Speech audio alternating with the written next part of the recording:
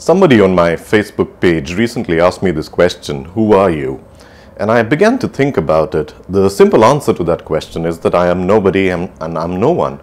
But I thought about the question and I realized that this person has probably been seeing these videos and hearing slightly different things to what he or she is used to.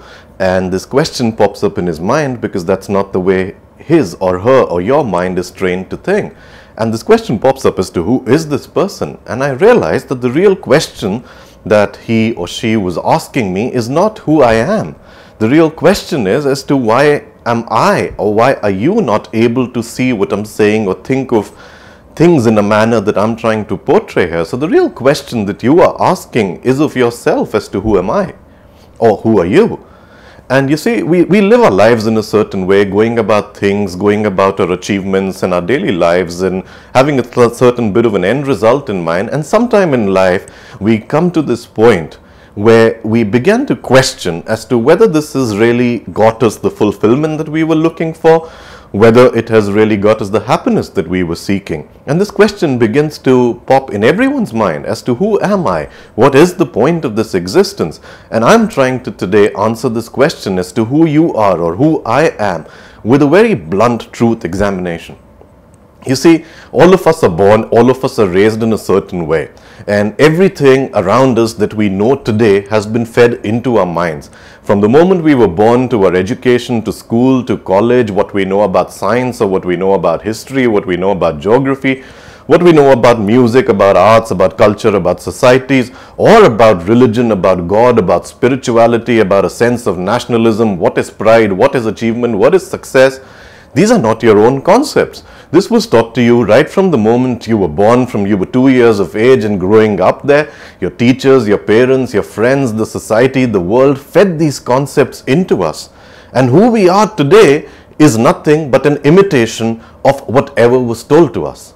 These are not your own thoughts. You are just imitating what was the history, you're just imitating what was the society, you are imitating what your elders told you or what your teachers told you.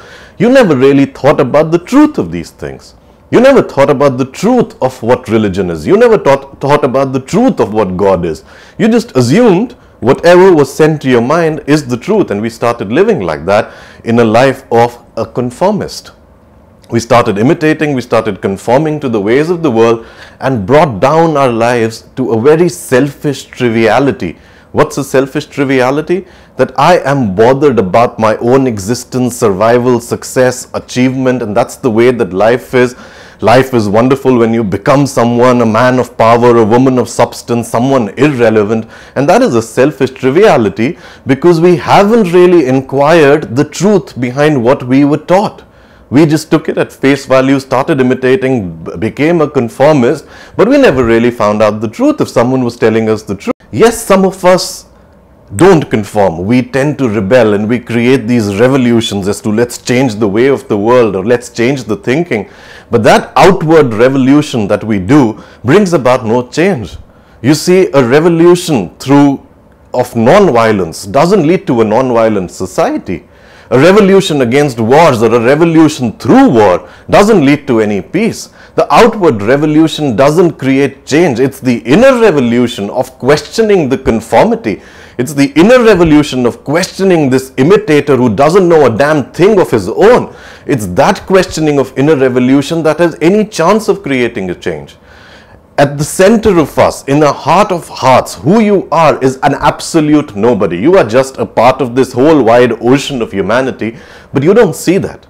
We see ourselves in our own small world, seeking to be someone, seeking an achievement, seeking a success, seeking some sort of relevance in this power-driven world. We want to be somebody, we want to be recognized, you want to be famous. Why?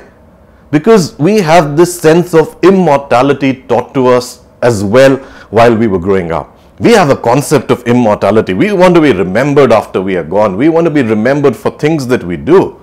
And that is a very small world that we live in. Our search for relevance, our search to be someone of significance, our search to be powerful, what has it created in this world?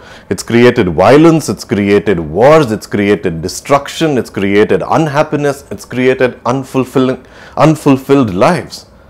Just for a moment, think about this. Just for a moment, if you are able to step out of the zone of being an imitator and a conformist, just for one moment, if you can actually be a nobody, what will happen?